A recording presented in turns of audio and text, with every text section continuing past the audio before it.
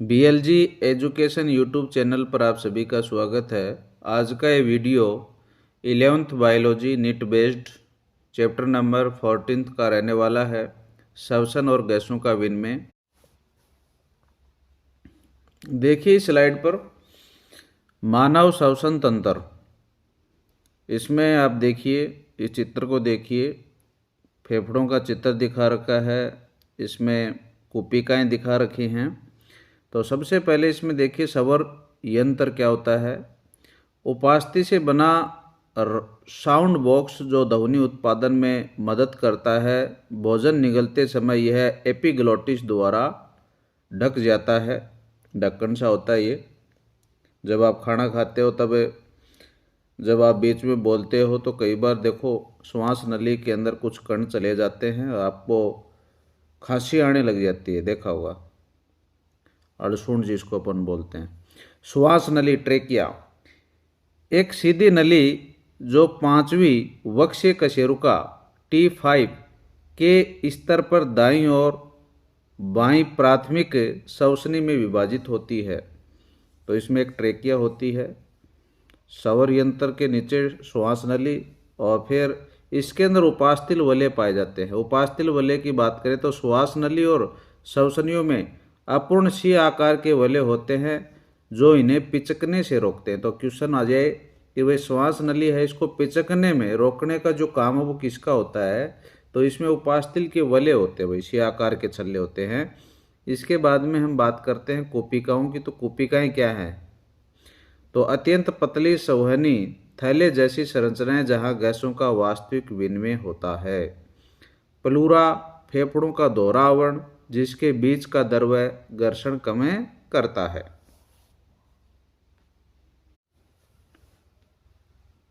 श्वसन की क्रियाविधि अंतः श्वसन, और दूसरा इसका जो प्रकार है वो है नीय श्वसन। तो देखिए अंतः श्वसन क्या होता है, इंस्पिरेशन और एक्सप्रेशन। तो इंस्पिरेशन की बात करें तो ये एक सक्रिय प्रक्रिया है। ये तब होता है जब फेफड़ों के भीतर का दाब वायुमंडलीय दाब से कम, मतलब नकारात्मक होता है। डायफ्राम संकुचित होकर के चपटा हो जाता है जिससे अग्र पक्ष अक्ष में आयतन बढ़ता है। EICM बाह्य अंतरापरशुक पेशियां संकुचित होती हैं, पसलियों और उरोस्थि को बाहर की ओर उठाती हैं। परिणाम वक्ष गुहा का आयतन बढ़ता है और अंतः फुफ्फुसीय दाब घटता है, वायु अंदर प्रवेश करती है। तो ये मेथड होता है अंतः श्वसन के अंदर, इंस्पिरेशन के अंदर। निःश्वसन मतलब एक्सप्रेशन की बात करें तो इसमें क्या होता है, ये सामान्यतः है एक निष्क्रिय प्रक्रिया है। ये तब होता है जब अंतः फुफ्फुसीय दाब वायुमंडलीय दाब से क्या होता है, अधिक हो जाता है। डायफ्राम की बात करें तो शिथिल रिलैक्स कंडीशन में होकर के वापस गुम्फाकार हो जाता है, डोम शेप में हो जाता है ये। EICM शिथिल हो जाती है, पसलियां और उरोस्थि मूल स्थान पर आ जाती हैं। परिणाम वक्ष गुहा का आयतन कम होता है, दाब बढ़ता है, वायु बाहर निकल जाती है।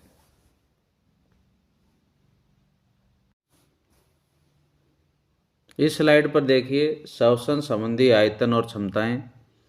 आयतन और क्षमता की बात करें तो ज्वारीय आयतन टाइडल वॉल्यूम TV, इसका मान 500 ml होता है। परिणाम ऑब्लिक सूत्र सामान्य श्वसन में अंदर या बाहर ली गई वायु। अंतः श्वसन सुरक्षित आयतन IRV, इसका मान होता है 2500 से लेकर के 3000 ml। बलपूर्वक अंदर ली गई अतिरिक्त वायु इसको बोलते हैं। नीय श्वसन सुरक्षित आयतन ERV इसको बोलते हैं शॉर्ट में। इसका जो मान होता है परीक्षा में पूछा जाता है 1000 से 1100 ml। बलपूर्वक बाहर निकाली गई अतिरिक्त वायु है, उसकी मात्रा होती है ये। अवशिष्ट आयतन RV ये 1100 से लेकर के 1200 ml होता है। बलपूर्वक नीय श्वसन के बाद फेफड़ों में शेष वायु का जो आयतन है वो RV कहलाता है। जैव क्षमता जिसको विटल कैपेसिटी बोलते हैं VC, ये मैक्सिमम होता है, ध्यान रखें, क्योंकि इसमें ERV, TV और IRV इन सभी को जोड़ दिया जाता है। और फेफड़ों की कुल क्षमता TLC है, ये टोटल होती है। इसमें VC अभी जो मैंने बताया ना, जैव क्षमता विटल कैपेसिटी, ये इसके साथ में आर भी जुड़ जाता है और ये जुड़ने से TLC निकल आती है भाई।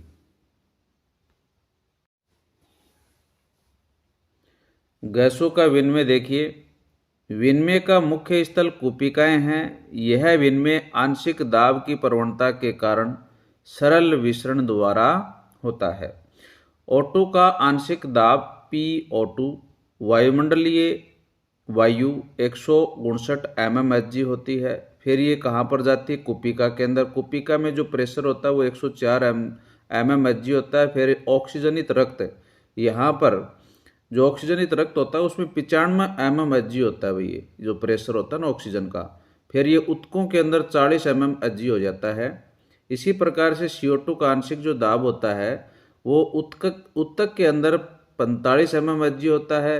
फिर ऑक्सीजनित रक्त के अंदर जहाँ पर कार्बन डाइऑक्साइड गुलित अवस्था में है वहाँ पर 45 का प्रेशर होता है। कूपिकाओं में इसका जो प्रेशर होता है वो 40 mmHg हो जाता है। विलेयता की बात करें तो CO2 की विलेयता O2 की तुलना में 20 से 25 गुना अधिक होती है, इसलिए CO2 अधिक तेजी से क्या होती है? विसरित होती है। बहुत अच्छी बात है भाई, ये इंपॉर्टेंट हो सकती है एग्जाम के लिए। ऑक्सीजन वियोजन वक्र देखिए, O2 का परिवहन 97% RBCs द्वारा, ऑक्सी हीमोग्लोबिन और 3% प्लाज्मा द्वारा होता है भाई ये O2 का परिवहन।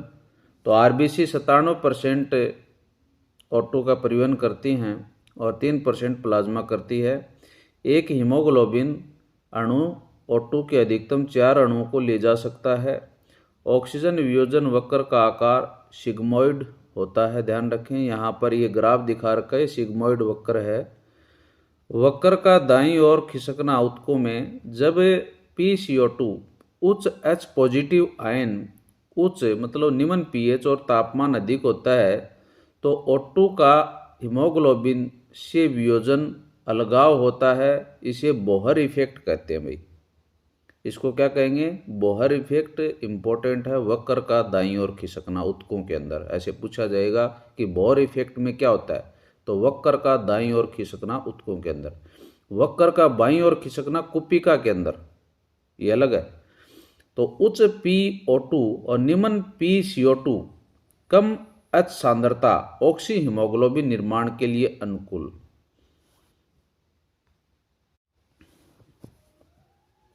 इस चैप्टर के MCQ देखिए, नीट बेस्ड। मानव में मुख्य श्वसन अंग कौन सा होता है? त्वचा, गिल्स, फेफड़े, ग्रासनली। तो मुख्य रूप से श्वसन अंग कौन सा होता है? फेफड़े होते हैं। किस संरचना को साउंड बॉक्स कहा जाता है? तो गर्सनी को नहीं कहते हैं, स्वर यंत्र को कहते हैं, श्वास नली को नहीं कहते, एपिग्लोटिस को भी नहीं कहते हैं। श्वास नली जिसको ट्रेकिया बोलते हैं में उपस्थित उपास्थल वलय किस आकार के होते हैं? तो O आकार के तो नहीं होते हैं। C आकार अपूर्ण ये होता है। V आकार, S आकार ये नहीं होते हैं।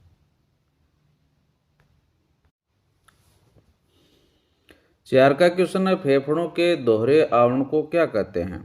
तो पेरिकार्डियम, प्लूरा, मेनिंजेज, पेरिटोनियम। तो इसका सही जवाब रहेगा प्लूरा। पांचवा क्वेश्चन है, श्वास नली ट्रेकिया किस वक्षीय कशेरुका के स्तर पर विभाजित होती है? तो तीसरी, चौथी, पांचवी। तो सही जवाब है पांचवी।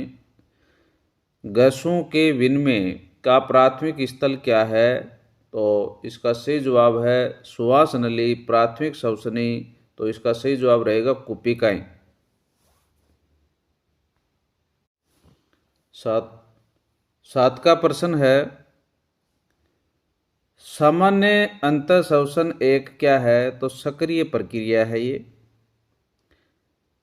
8 का है, निःश्वसन एक्सप्रेशन के दौरान डायफ्राम का आकार कैसा हो जाता है? तो गुम्दाकार हो जाता है, डोम शेप हो जाता है। 9 का प्रश्न है, ज्वारीय आयतन का मान लगभग कितना होता है? तो 500 ml होता है भैया।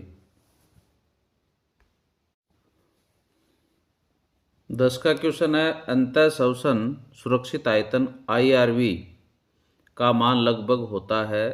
तो ये होता है 2500 से लेकर के 3000 ml। बलपूर्वक 11% है, बलपूर्वक नीह श्वसन के बाद फेफड़ों में शेष वायु क्या कहलाती है? तो ये आरवी कहलाती है भाई, अवशिष्ट आयतन। 12 का प्रश्न है, जैव क्षमता विटल कैपेसिटी वीसी का सही सूत्र क्या है? तो इसका सही सूत्र है ERV plus TB plus IRV। पीछे अपन ने नोट्स के अंदर चार्ट पढ़ा था, उसी में से है ये क्वेश्चन, इम्पोर्टेंट है। 13 का प्रश्न है, फेफड़ों की कुल क्षमता को कैसे दर्शाया जाता है? तो ये VC प्लस RV से दर्शाया जाता है। 14 प्रश्न है, वायुमंडलीय हवा में ऑक्सीजन का आंशिक दाब PO2 लगभग कितना होता है? तो ये 159 mmHg होता है भाई। 15 का है, कूपिकाओं में ऑक्सीजन का आंशिक दाब कितना होता है? तो इसका मान 104 mmHg होता है। 16 का प्रश्न है, ऑक्सीजनित रक्त में PCO2 कितना होता है? तो ये होता है 40 mmHg। 17 का प्रश्न है, CO2 की विलेयता O2 की तुलना में कितनी अधिक होती है? तो 20 से 25 गुना। 18 का है, RBC द्वारा लगभग कितने प्रतिशत O2 का परिवहन होता है? तो 97%।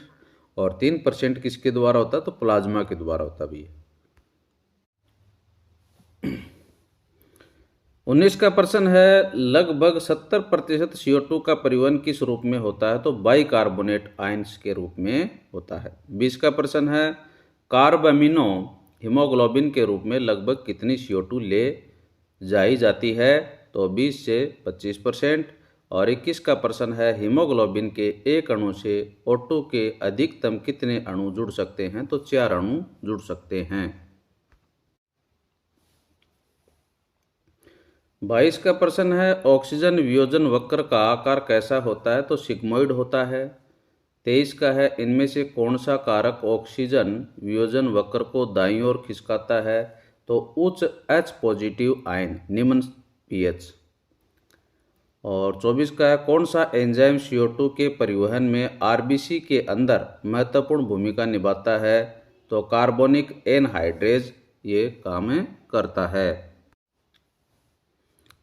25 का प्रश्न है, मानव में श्वसन लय केंद्र मुख्य रूप से कहाँ स्थित होता है? तो मेडुला के अंदर होता है। और 26 का प्रश्न है, न्यूमोटैक्सिस केंद्र जो श्वसन दर को नियंत्रित कर सकता स्थित होता है? तो ये पोन्स के अंदर स्थित होता है।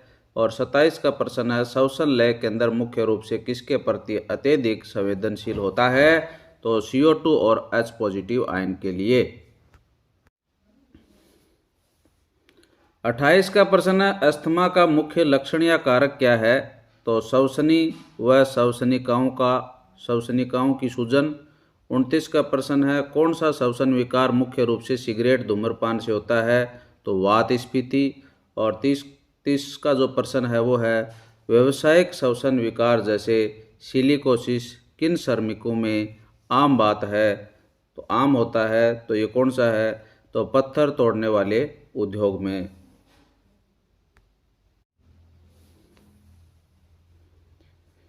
नीट के लिए शुभकामनाएं। निरंतर अभ्यास और सही दिशा आपको सफलता दिलाएगी। और हमारे BLG एजुकेशन यूट्यूब चैनल के साथ में आप जुड़े रहें, निरंतर अभ्यास करते रहें। आपका ये वीडियो समाप्त होता है, आपकी ये जो क्लास है समाप्त होती है। जय हिंद, जय भारत।